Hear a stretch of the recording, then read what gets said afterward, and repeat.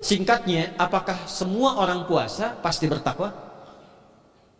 Ya, tanya-tanyakan Al-Quran. Apa jawaban Allah di Al-Quran? Dijawab langsung di ayat siang. Al-Baqarah ayat 183. Ya ayyuhalladzina aman kutiba alaikumus kama kutiba alal ladzina min la'allakum. Nah, kalimat tattaqun itu diawali dengan kata la'allakum. La'alla itu namanya harfu taraji. Saya ulang ya, di ilmu nahwu la'alla disebut harfu taraji. Al-Imam As-Suyuti berkomentar begini. Setiap ada satu harapan, keinginan besar yang ingin dicapai, tapi diawali dengan kata la'alla atau la'allakum, ini menunjukkan bahwa harapan itu tidak mungkin bisa dicapai kecuali dengan kesungguhan, keseriusan. Jadi ketika Allah menutup kalimat puasa, ayat puasa dengan kata la'allakum, seakan memberi kesan tidak semua orang puasa akan mendapatkan kenaikan takwa dan jaminan 4 kemuliaan tadi kecuali orang yang serius puasanya, orang yang sungguh-sungguh puasanya. Karena itulah, untuk menunjukkan kesungguhan itu, bagian terakhir kita, Nabi memberikan 3 amalan utama. Saya akan bacakan dengan cepat 3 amalan utama yang dikuatkan oleh beliau kepada para sahabat sebelum tiba Ramadan, dan sampai sekarang menjadi kurikulum Ramadan Nabi. Jadi kalau ibu bapak ingin mengeluarkan kurikulum Ramadan Nabi, nanti bikin agenda saat Ramadan ya, supaya nggak pusing nanti. Kalau masuk hari pertama apa yang dikerjakan, hari kedua apa yang dikerjakan, subuh apa, siang apa, sore apa. Cuman nanti saya berikan 3 yang pokok ini. Ada 3. 1, meningkatkan sholat. Saya ulang ya, meningkatkan apa?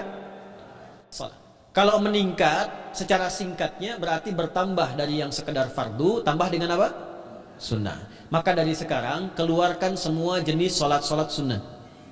Keluarkan dari sekarang apa saja, siang dan malamnya. Yang rawatib ada berapa rawatib? Rawatib 12. Ya, rawatib itu yang melekat dengan sholat fardu dan menentukan untuk memperbaiki sholat fardu. Menambah, jadi kalau kurang khusyuk ditambah dengan sunnahnya disebut rawatib. Bisa sebelum, bisa setelah sholat fardu. Ada 12 dari hadis Nabi SAW. Man shalla isnatai asyrata rak'atan, siapa yang sholat 12 rakaat fi yaumin wa lailatin, yang mengiringi sholat fardu siang dan malam, ya, bunyalahu bihinna baitun fil jannah, maka akan dibangunkan baginya satu rumah di surga kalau konsisten menunaikan 12 itu sampai meninggal dunia. Sahabat yang mendengar itu mengatakan kompak semuanya, sejak mendengar hadis itu kami usahakan istiqomah sampai meninggal tidak meninggalkannya. 12 itu 2 sebelum subuh, cepat. 4 sebelum zuhur, 2 setelah zuhur, 2 setelah maghrib, 2 setelah isya.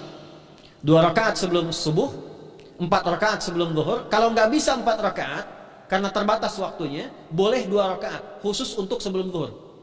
Kalau nggak bisa 4, boleh berapa?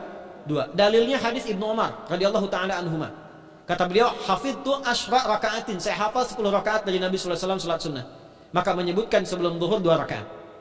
Baik, jadi 12 ya. 2 sebelum subuh, 4 sebelum zuhur, 2 setelah zuhur, 2 setelah maghrib, 2 setelah isya. Ini yang disebut dengan rawatib. Jamak dari kata ratib. Di luar ini mutlak. Mutlak ini ada yang berdampingan dengan salat fardu, ada yang terpisah. Contoh yang berdampingan, 4 rakaat sebelum asar. 4 rakaat ini bukan disebut rawatib, tapi salat mutlak. Cuma waktunya berdampingan dengan salat fardu. Jadi dia nggak memengaruhi sholat fardu, cuma punya keutamaan sendiri. Apa keutamaannya? Hadis Ibnu Umar radhiyallahu taala anhuma, ketika beliau menyampaikan qala Nabi sallallahu alaihi wasallam, rahimallahu ra'an shalla qabla al-asri arba'an. Allah akan menambahkan rahmat pada orang yang terbiasa sholat 4 rakaat sunnah sebelum sholat asar. Jelas ya? Baik. Kemudian apalagi setelah itu? Sholat di antara 2 adzan ini, adzan dan iqamah. Ya, di antara adzan dan iqamah. Tahiyatul masjid. Apalagi misalnya salat duha. Duha dibagi 3. Awal duha itu kurang lebih 1,5 jam setelah salat subuh. Subuh sekarang misal 4:30, maka jam 6 muncul awal duha. Namanya syuruk. Saya ulang, salat apa namanya? Syuruk itu salat awal duha. Jumlah rakaatnya 2 rakaat.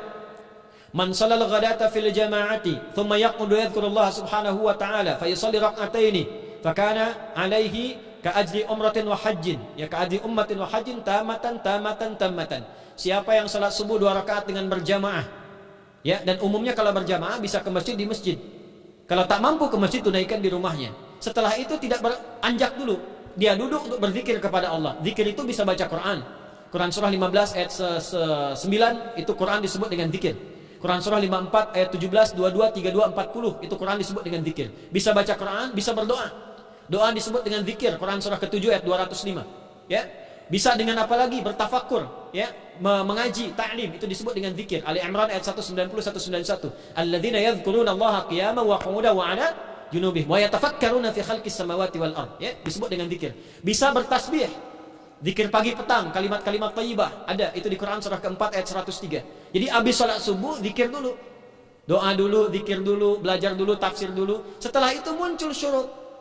Perjalanannya disebut isyraq, melewati masyrik, satu tombak bayangan, dia sholat 2 rakaat, itu pahala sholatnya senilai haji dan umrah. Sempurna. Bukan sudah haji, bukan. Mau kemana? Ibu mau haji dulu? Tidak. Ya, hajinya nanti, bulan Dzulhijjah. Tapi senilai haji dan umrah, itu 2 rakaat. Awal duha disebut apa? Syuruk. Pertengahan duha, sekitar jam 9, jam 10. Jumlahnya 2 sampai 4 rakaat. Ya, 2 sampai 4 rakaat.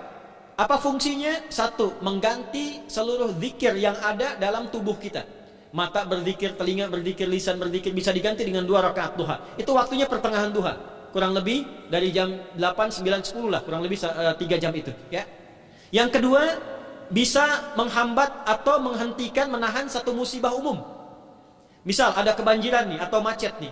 Orang-orang kena macet. Bapak yang biasa sholat duha pertengahan itu tiba-tiba ditolong oleh Allah, dibebaskan. Tiba-tiba ada orang datang, Pak lewat sini di sana macet. Atau dibimbing ada kontraflow. Itu manfaatnya duha tuh.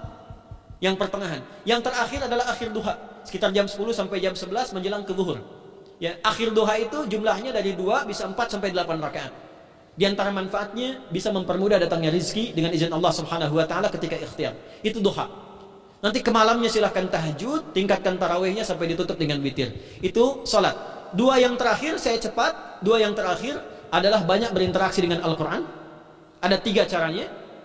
1, banyak membaca. Itu namanya qiraah.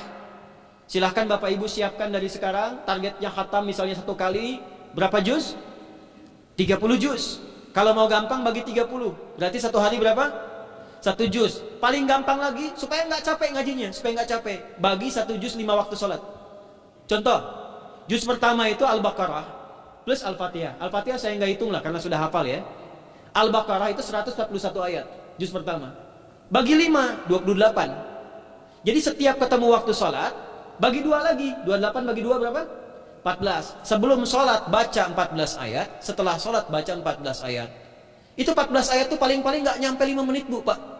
Kalau investasi 10 menit setiap waktu sholat, bagi 2 kita baca 14 ayat, itu insya Allah selesai Ramadan khatam Quran. Itu udah rumus. Ya, tidak cukup dengan amin. Siapkan dari sekarang. Siapkan. Ya. Kemudian mengkaji, kajian, tilawah. Itu tilawah itu di hadis Muslim pahalanya banyak.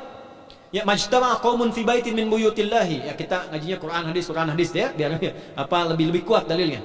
Majtama'a qaumun fi baitin min buyutillahi yatluna kitaballahi wa yatadarasuna fi ma bainahum. Ya, siapa yang bisa tilawah Quran, ngaji, tafsir, keluarkan misalnya untuk Ramadan 10 hari saya pengen tahu Al-Fatihah. Itu ketika dilakukan punya 4 keutamaan. 1, ghasyiyatuhum rahmah. Selama ngaji rahmat Allah dibentangkan. Kalau pengen doa cepat dikabulkan, kalau istighfar diampuni. Yang kedua, awas ini nazalat alaihimus sakinah, diberikan ketenangan dalam jiwa.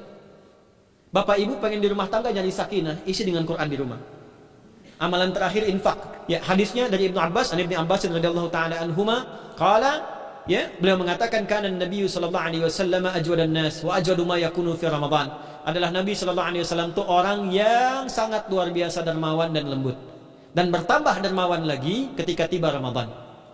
Apa yang dilakukan Nabi? Mensupport sahabat, siapapun yang punya anggaran untuk infak, disiapkan sebelum Ramadan.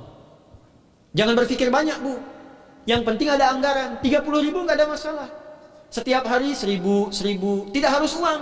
Makanan. Pernah dengar hadis ini nggak? Siapa yang memfasilitasi bukaan orang puasa, walaupun dengan sebiji kurma dan sehirup air, maka dia mendapatkan pahala seperti orang puasa itu tanpa dikurangi sedikit pun. Ada? Hadisnya sahih di At-Tirmidzi. Tapi bukan berarti nyanyi kurma ke Tanah Abang setiap hari 1. Terus minumnya satu sedotan aja ganti-ganti dah. Ya, maksudnya apa? Yang paling minimal kita bisa keluarkan.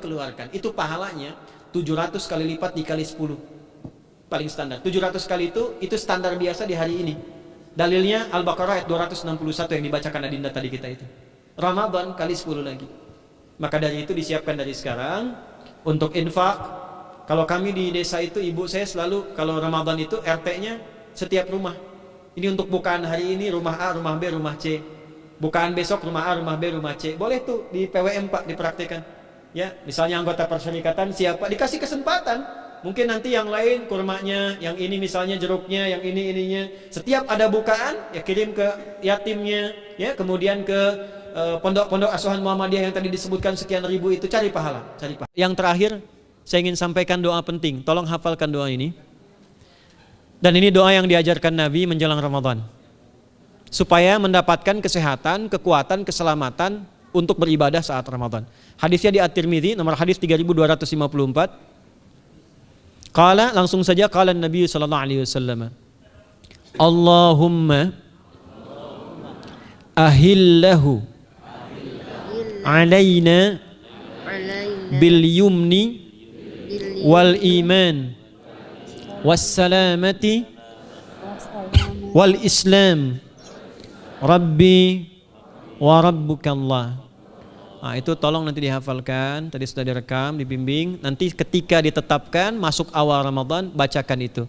Ya Allah, anugerahkan awal Ramadan kepada kami dengan ketenangan, kedamaian, kekuatan iman, keselamatan, sehat, nggak sakit sampai selesai puasanya, diberikan kekuatan untuk ibadah dalam keislaman dan diikhlaskan hanya karena Allah Subhanahu wa taala. Subhanakallahumma wa bihamdika nasyhadu an la ilaha illa anta nastaghfiruka wa natubu ilaik wa akhiru da'wana anil hamdulillahi rabbil alamin wal 'afu minkum fastabiqul khairat. Assalamualaikum warahmatullahi wabarakatuh.